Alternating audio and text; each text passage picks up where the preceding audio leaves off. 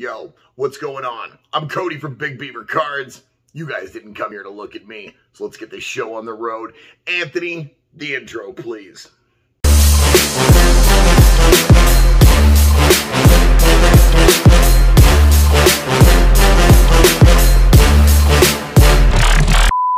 All right, now I know what you're here for. We're talking NHL rookies, 1984, 85. It's going to be all OPC cards again, and we've got 8 outstanding players, all memorable from their generation. Let's take a look at how these rookie card prices have played out over the years.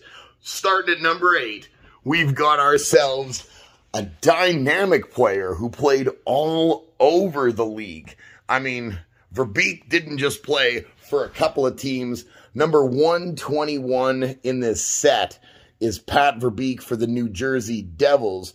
You might think of Pat Verbeek playing for a handful of NHL teams, and it's always surprising when I see some of these players and you see how many teams they moved around to. And you never heard a thing about like Pat Verbeek being a bad locker room guy. He was obviously never a bad fit on any of the teams he played for. So it's always kind of strange. I guess he was always great trade value. And maybe that's where what it comes down to, is when you're always maybe the second or third best guy on a team, potentially easier to move. Pat Verbeek, though, hell of a player back in the day. A PSA 9 is what we've got over here in the example, as well as up in the main picture. You're going to pay maybe 65, 70 bucks Canadian for a PSA 9. That's, again, with the price of grading in 2022, I don't think you're doing too bad with that. I don't really see anything wrong with Pat Verbeek. He's obviously not a seminal player from the 1980s and 90s, but any of the fans that existed at that time, you talked to them and you mentioned Pat Verbeek, and obviously that's going to be someone who's quite memorable. It seems like a fairly decent price, but we're going to, as we move up this list, I think we're going to see players that are probably a lot more underpriced in regards to what they actually did on the ice and what their cards demand in value. So pop count for Verbeek, 326 is our total, 33 10s. And in raw, Pat Verbeek, you're probably going to pay somewhere around $5 Canadian for a fairly decent Pat Verbeek rookie card in raw. Not going to break the bank. If I saw them out there, especially raw at $5, I'd probably pick them up. Would I pick up slabs at 70 or 75? Might be a bit of a different conversation. Let's move on to number 7 on the list. Another guy who actually moved around quite a bit. At least from the beginning of his career, it was surprising to see the Sabres take a guy that won a Calder Trophy and a Vezina in the same year and have him eventually go over to Pittsburgh not much later than this and win 2 Stanley Cups as a tandem of goalies with him and Ken Reggett in Pittsburgh that were amazing in the early 90s and had a litany of Hall of Fame players on that team and remarkable players in the early stages of their careers. Kevin Stevens and, Mark Recchi. It was pretty scary over there with the Penguins. But Tom Barrasso, hell of a player this first couple seasons, man, in Buffalo. He just came on like gangbusters. Card number 18 in this set, 84, 85. A PSA 8 is ungodly underpriced at about 20 bucks. A pop count of 370, so pretty similar to what we saw with Verbeek. Again, the 10s, only in the 30s, 31 of them. A raw, really nice Tom Barrasso rookie card. And this rookie card, to me, is pretty iconic, actually. And again, I grew up in this era and collected hockey cards at this time. So when I say iconic, to me, that doesn't mean it, like, transcends the hobby or anything. But to me, I remember how good this year was for Tom Barrasso, and I remember this card. Like, this was a big card to have on a playground. So anyways, $5 or so, $6 or so raw for a Tom Barrasso rookie card is probably what the going rate should be. I'm not entirely sure if that's fair. Tom Barrasso had a hell of a career. He's in the U.S. Hockey Hall of Fame. He's not in the NHL Hockey Hall of Fame. But don't you worry. I believe we're about to embark on a large list of Hockey Hall of Famers from this 1984 and 85 year. And I think we're going to kick it off with a guy who is probably the most underrated of maybe his entire generation. Number 6 and number 17 in the set, Dave Andreychuk. You know, when he retired, Dave Andreychuk had the most power play goals ever, right? I don't think people realize that. Andreychuk's still second all-time in power play goals. He got that elusive cup that he just could not get his hands on until the very, very end with the Tampa Bay Lightning in 2004, beating the Calgary Flames, putting a real cap on a career of a guy who lit the lamp. On the power play, there might not have been a player you wanted to handle the puck more than Dave Andreychuk, and I would say that would go for a Lemieux and I would say they probably would agree. And Andreychuk, what else can you say? For a guy that finishes like that, who's the guy that's number 1 now? Ovechkin, I would imagine it is. I mean, honestly, when you're in that type of company and goal scoring, not even really a conversation of how good you really were. Obviously, Hall of Fame, Dave Andreychuk, a PSA 9. We're starting to get into seeing a little bit of value here. Probably about $150 Canadian. You can see 21 bids, a little bit of demand as well. Total 476 on the pop count for PSA. 43 10s only, though. Still pretty scarce for Dave Andreychuk rookie cards. A raw Dave Andreychuk rookie card, it's very nice, but I would say it looks probably like it's about a 7 in the picture. Looks like they paid about $8 Canadian. So for a near mint raw, you might be upwards of $15 or $20 for something that would look 8 to 9-ish and not 6 to 7-ish. But a presentable Dave Andreychuk rookie card still only going to be probably about $10. That seems dramatically underpriced. And we'll move on to a player that as a child was one of my favorite players. Just astonishing. Again, I've used this maybe once before in this retrospective series, used the word grace for someone. That might have been Howard Chuck. Lafontaine, very similar to that. Number 5 on this list with the Islanders. I like my Lafontaine a little more Buffalo, a little more McGillney, LaFontaine, and Audette. I'll take it that way. But Pat LaFontaine with the Islanders still, what a miraculous hockey player. Number 129 in this set, 1.17 points per game. The best average point per game scorer, because again, Mr. LaFontaine had a career kind of shortened, of any American to ever play in the NHL, still right now.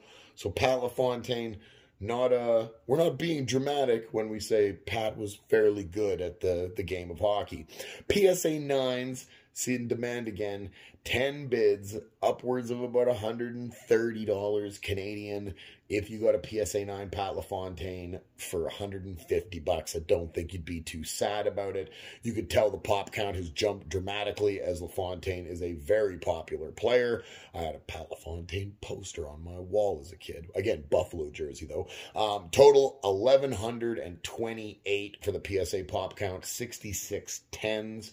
The raw card in a near mint, and this one wasn't for sure. This didn't look like a 9. You can see it's a little off-centered left to right. There was also a little bit of a corner, I believe, when I was looking at this one.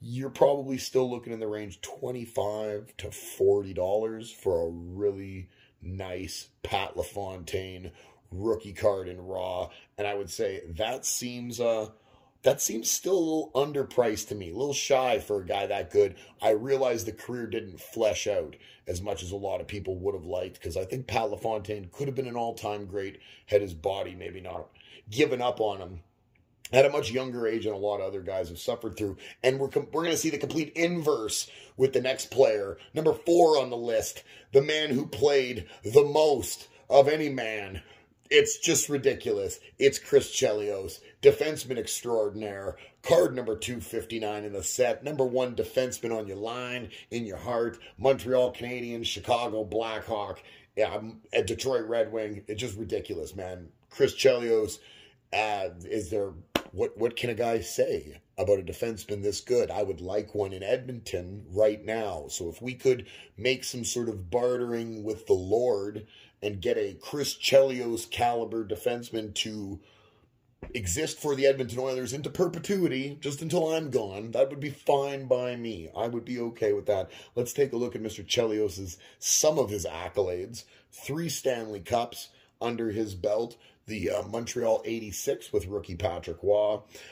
2 in Detroit. That's kind of at the tail end of his career. I say that as a career spanned a ridiculous amount of time, as we can tell by 24 playoff appearances. 24. So that's at least 24 seasons. How many years did he miss the playoffs? He missed only once. So in a 25-year career, as a pretty gritty defenseman nonetheless, he only missed the playoffs once. Can you have a more sure thing? Chris Chelios. It's like Cal Ripken starting the game, right? You're pretty sure Cal's going to be there. Oldest active player, second oldest all time. At the time he was playing, he was the oldest active player. He was the second oldest active player that ever played. And that's obviously Gordie Howe is going to be the guy that tops him on that. Chris Chelios. Wowzers. I mean, yeah, enough said. PSA 9, still drastically underpriced. This has got to be just because it's a defenseman, I would imagine. Under $200 for a PSA 9 Canadian. 30 bids here. People want it. People like Chris Chelios. That seems dramatically underpriced. Total PSA pop count, 1367. So you see the pop count continues to go up.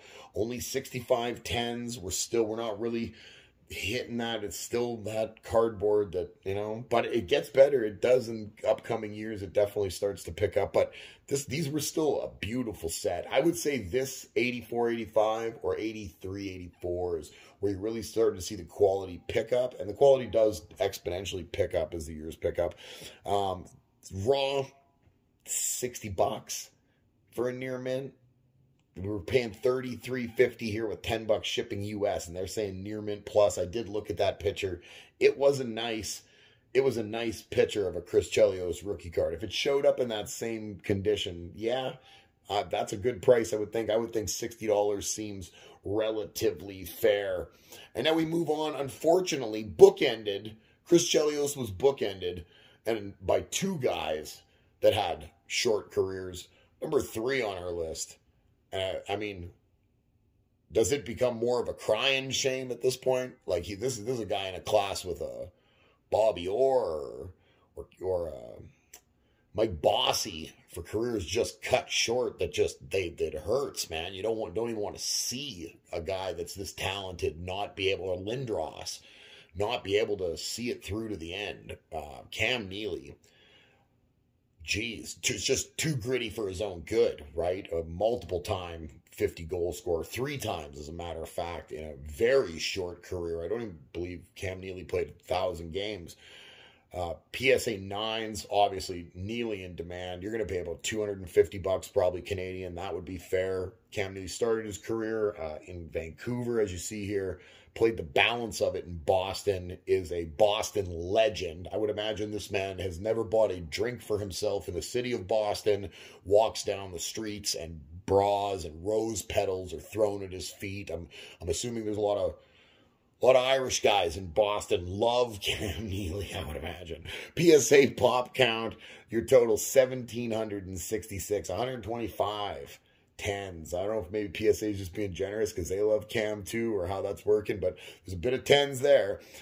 Cam Neely, raw, in decent shape, still expect to pay $40 or $50. That doesn't seem unreasonable. This guy could do it all. He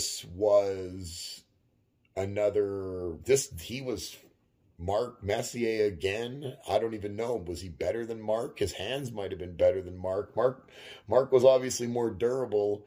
The leadership was there from both of them. Obviously, Cam Neely derived a tremendous amount of respect from the other guys in the Boston locker room and other players around the entire NHL, save for maybe Ulf Samuelsson.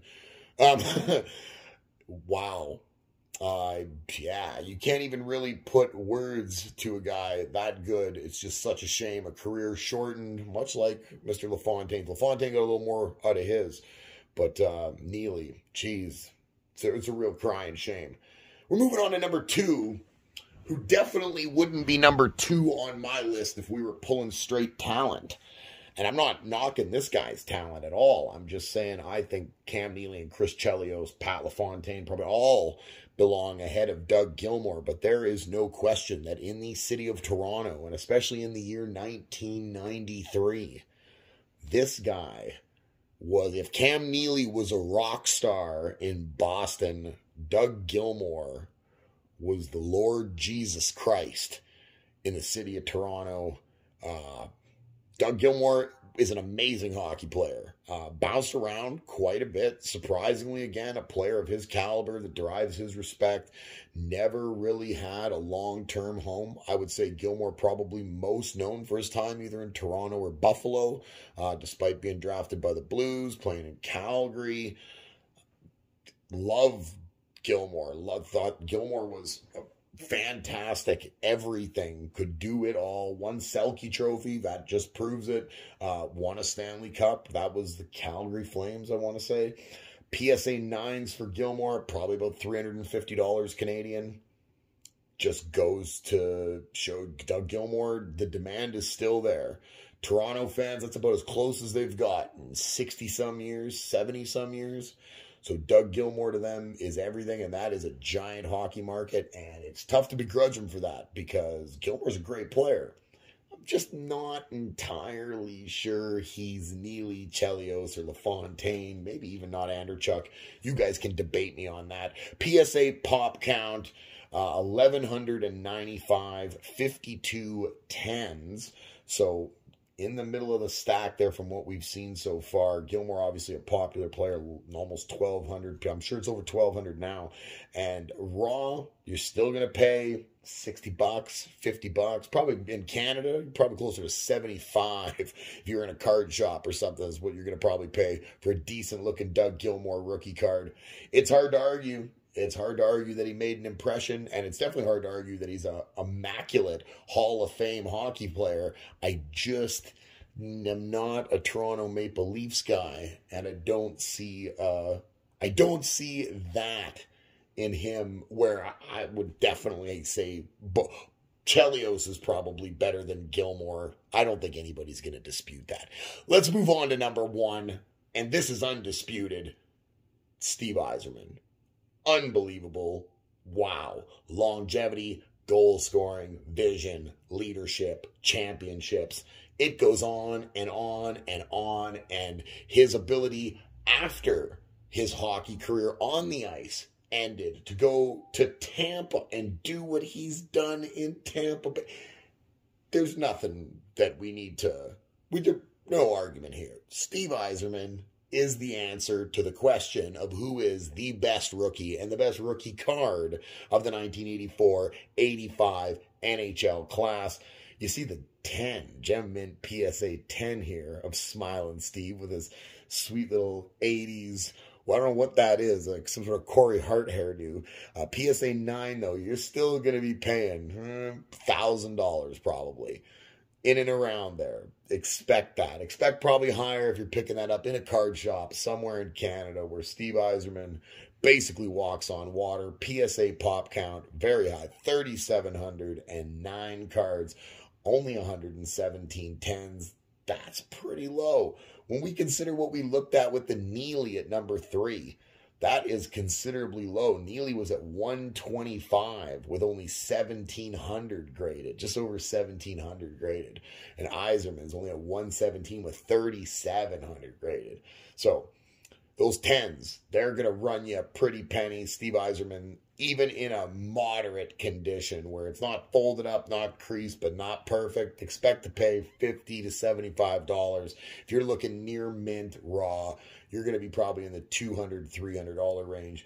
That seems pretty fair still, to be honest with you, when you consider that if Steve Yzerman didn't have the Gretzky and the Lemieux around him, just his career would have got way more shine. The shine, I think it probably rightfully deserved, but two of the all-world, all-time greatest guys played at the exact same time that Steve Yzerman did. Wow, though. Still, I think this list, this year, 84, 85, almost as good as the year we did where we had, what, 10? What was that, 81, 82? Some really impressive stuff. That's it. That's all. I'm Cody. Anthony, roll the outro. Peace.